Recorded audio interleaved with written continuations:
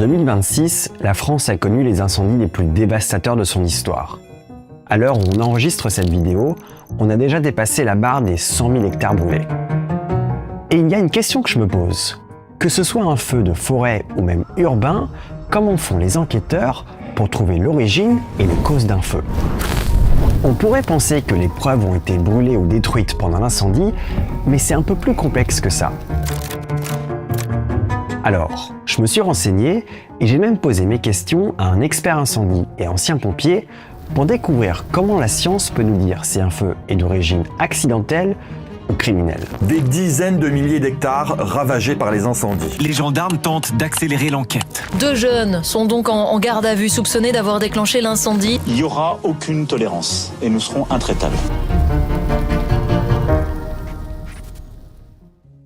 En France, c'est véritablement depuis les événements liés à la canicule de 2003 que la recherche des causes des feux de forêt est devenue une préoccupation majeure. L'enquête est menée par une équipe pluridisciplinaire qu'on appelle cellule RCCI, pour recherche des causes et circonstances des incendies. La cellule RCCI, c'est le nom proprement donné à toutes les recherches de causes d'incendie qui existent en France. Dans le cas des feux de forêt, elles s'organisent généralement comme ça. Il y a les sapeurs-pompiers qui vont apporter leur expertise sur l'observation des flammes et la lecture du feu. Il y a aussi l'Office national des forêts. Les forestiers connaissent parfaitement la végétation et la topographie locale, ce qui aide pour comprendre comment le feu a pu se propager. Et évidemment, il y a la gendarmerie, qui va assurer le côté judiciaire comme le recueil des preuves, la sécurisation des lieux et l'identification des auteurs. Ces 3 personnes vont se réunir et vont enquêter sur le départ de feux de forêt ou de broussailles ou autres, et ils vont chercher des traces et des indices. L'IRCGN, l'Institut de recherche criminelle de la Gendarmerie nationale, peut être amené à intervenir pour faire des examens techniques ou scientifiques. Alors il y a aussi d'autres bureaux qui peuvent intervenir, mais bon, si ça vous va, on va pas tous les faire parce que ça fait beaucoup de bureaux avec beaucoup d'acronymes. Lorsque l'enquête commence, il y a plusieurs étapes. Et toutes ces étapes sont décrites dans le guide de l'enquêteur disponible sur le site de la gendarmerie, mais je vous le mets en description avec toutes les autres sources. La première étape est le gel des lieux. L'objectif est de sanctuariser la zone pour préserver les preuves. Lorsque le périmètre est délimité, l'analyse peut commencer. Et le but, c'est de suivre une logique de macro vers micro. Alors ce qui n'aide pas, c'est que malheureusement, les pompiers détruisent parfois les indices quand ils combattent le feu. Et les preuves peuvent disparaître sous les eaux déversées par les pompiers. Dans un premier temps, le but, ça va être de trouver le point d'éclosion. Autrement dit, où est-ce que le feu a démarré? Pour ça, les experts commencent par une analyse globale pour identifier les grandes zones de progression et ils vont travailler à contresens de la propagation du feu. Déjà, on va pas tout de suite se mettre à l'endroit où il y a eu le départ de feu. On va faire une périmétrie, comme on appelle ça, c'est-à-dire qu'on va tourner autour et on va commencer à imaginer comment le feu a pu se développer. Le feu d'appartement, on va travailler de la même manière. On va faire un tour géographique du niveau de l'étage en question où ça a brûlé. On va passer en revue toutes les pièces, de la salle de bain aux toilettes à la cuisine, etc. On va faire un dossier photo et on va aller du moins brûlé au plus brûlé.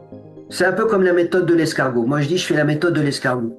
Je vais loin et large, et je tourne, et plus je m'approche, plus je vais au départ de feu. Dans un monde parfait, un feu se propagerait de façon uniforme en formant un cercle. Mais bon, c'est rarement comme ça, parce que beaucoup de facteurs influencent la propagation du feu. Déjà, il y a la topographie. Dans une pente, le feu progresse plus vite en montant qu'en descendant.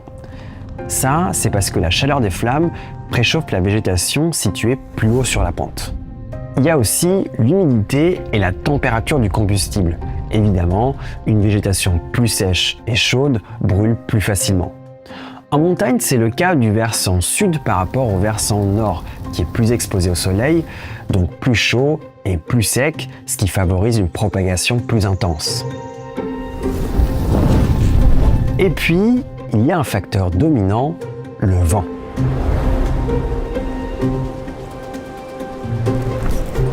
Il apporte de l'oxygène et incline les flammes en les poussant vers la végétation encore intacte. Il peut aussi provoquer des phénomènes plus particuliers comme les sautes de feu.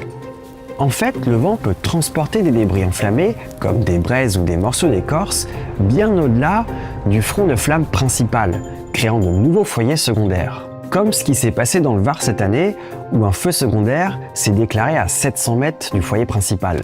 Le feu s'est rapidement propagé dans la forêt jusqu'au bord d'un champ. Des brindilles et des morceaux d'écorces enflammés se sont envolés avec le vent et ont été transportés à 700 mètres de l'autre côté du champ, sur la commune des Arcs. Un nouvel incendie s'est alors déclenché. Dans le sud de la France, comme en Gironde, la végétation, souvent des pins, favorise ce phénomène.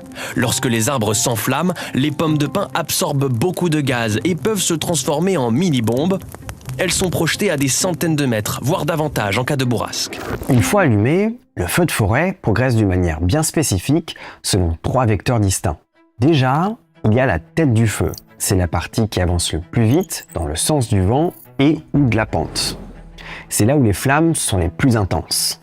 Et puis, il y a le pied ou la base du feu.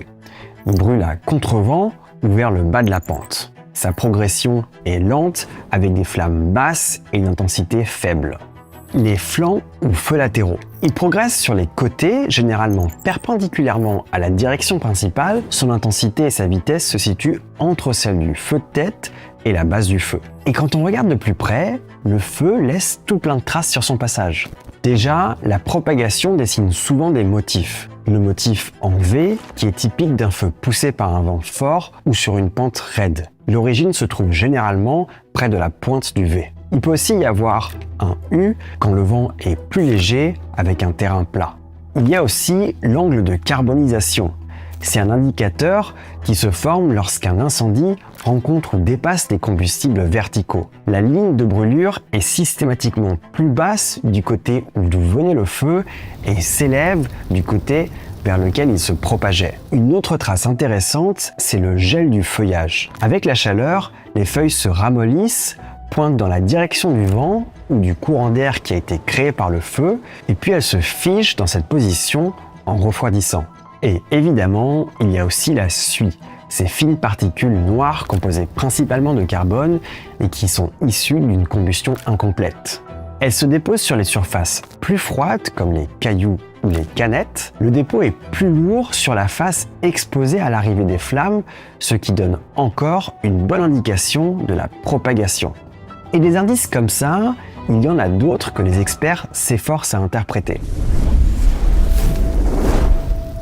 Pour les feux urbains, c'est un peu la même chose. La logique de base reste la même qu'en forêt. Dans les appartements, le feu laisse aussi des traces caractéristiques et les enquêteurs vont faire une lecture du feu pour trouver le point d'éclosion. On retrouve les traces en V ou U qu'on avait dans les feux de forêt. On trouve aussi des surfaces de protection. En gros, ce sont les zones non enfumées sur le sol ou les murs qui révèlent l'emplacement des objets déplacés pendant ou après le feu. Après, le feu se comporte pas exactement de la même manière dans un espace clos ou dans un espace ouvert. Dans un appartement, il y a notamment la notion de flashover, qui est un embrasement généralisé éclair, et c'est une transition très rapide d'un feu localisé à un embrasement simultané de tous les matériaux combustibles d'une pièce. Ok, bon, on a su lire le feu et remonter au point d'éclosion. On fait quoi maintenant ? On sait d'où le feu est parti, mais comment on détermine les causes ? Dans un rapport du Sénat de 2022, on lit que 90% des feux sont d'origine humaine et même 70% à cause de notre imprudence. Pour les 10% d'origine naturelle, la foudre est la principale cause. C'est assez intéressant, mais aux États-Unis, le ratio n'est pas le même. À la différence de l'Amérique du Nord, où 4 feux sur 10 sont d'origine naturelle. Sur le point d'éclosion, les experts vont suivre une méthodologie bien précise. Je vais observer la scène et je vais prendre mon temps. Je vais commencer à travailler et des fois, ça m'arrive souvent d'être à genoux avec une truelle ou un petit balai de tapissier en train d'essayer de chercher des choses. Je travaille avec un aimant aussi qui fait à peu près plus d'1 mètre de large avec des roulettes que je passe sur le sol pour récupérer éventuellement les restes d'un briquet parce que le briquet Bic par exemple, vous avez un ressort, vous avez une protection devant et si on fait pas attention, si un camion de pompiers roule dessus ou si quelqu'un marche dessus, il va s'enfoncer dans la tôle et ça c'est un un indice. Les enquêteurs vont aussi rechercher des résidus d'accélérants comme de l'essence ou de l'alcool. Le truc avec les accélérants, c'est qu'il reste souvent une trace, généralement due à une combustion incomplète. Pour ça, les enquêteurs vont s'aider de détecteurs d'hydrocarbures ou de chiens spécialisés. Ils ont d'une très grande facilité d'adaptation et d'aide à la recherche d'accélérants. Pourquoi? Parce qu'ils couvrent une très grande superficie très rapidement d'un incendie, comme par exemple une usine, un entrepôt. Le chien va tout de suite aller à l'endroit, il va pas chercher à comprendre, il va faire le tour et une fois qu'il aura marqué l'endroit du départ de feu, il va le manifester d'une certaine manière. Les traces d'accélérants sont ensuite prélevées et envoyées à des laboratoires spécialisés. Si je trouve un hydrocarbure qui va me déceler que ça a été fait volontairement, je vais le prendre en scellé. J'ai un protocole pour pouvoir prendre ça parce qu'il faut l'enregistrer, il faut le filmer, il faut prendre des photos et après on met ce scellé dans un pot ou dans un sac, ça dépend ce que c'est, et on l'enverra à l'OPJ qui lui le transmettra à l'IRCGN. J'avais lu qu'aux États-Unis, ils faisaient quasiment systématiquement une reconstitution. En France, c'est pas le cas. Mais alors, comment est-ce que nous, on peut être sûr de ce qu'on avance et comment on peut dire voilà ce qui s'est passé? Dans le domaine du feu de forêt, ce sont toujours des hypothèses qu'on va émettre, sauf si c'est flagrant. Après, ça va être à nous d'être minutieux, de rechercher la moindre trace en élément quelconque. Ça peut être un plastique, ça peut être un bouchon de bouteille, ça peut être un reste, une empreinte de pas, pourquoi pas. L'environnement avec les voisins en disant tiens, j'ai vu une moto, j'ai vu une voiture, j'ai vu quelqu'un à pied, etc. Mais en règle générale, c'est pas toujours facile de dire on a trouvé. Il faut vraiment que les preuves soient probantes et que derrière, on puisse être sûr de ce que l'on dit. En France, selon le code pénal, un incendie involontaire est passible d'1 an d'emprisonnement et de 15 000 € d'amende. Mais il peut aller jusqu'à 10 ans d'emprisonnement et 150 000 € d'amende en cas de décès. Et en cas d'incendie volontaire, les peines sont variables, mais peuvent aller jusqu'à la réclusion criminelle à perpétuité. Quand on arrive sur une enquête, quelle qu'elle soit, on se dit mon Dieu, sur quoi je suis tombé. Mais c'est vrai que plus on avance dedans, plus on arrive à fermer des portes en disant c'est pas cette hypothèse, ça peut être celle-là, on trouve avec facilité après parce qu'on a une expérience, on est là aussi pour apporter un complément à la justice, puisque moi je travaille pour la justice, et c'est vrai que je suis content quand je sors de là en disant je suis quand même content, j'ai quand même trouvé.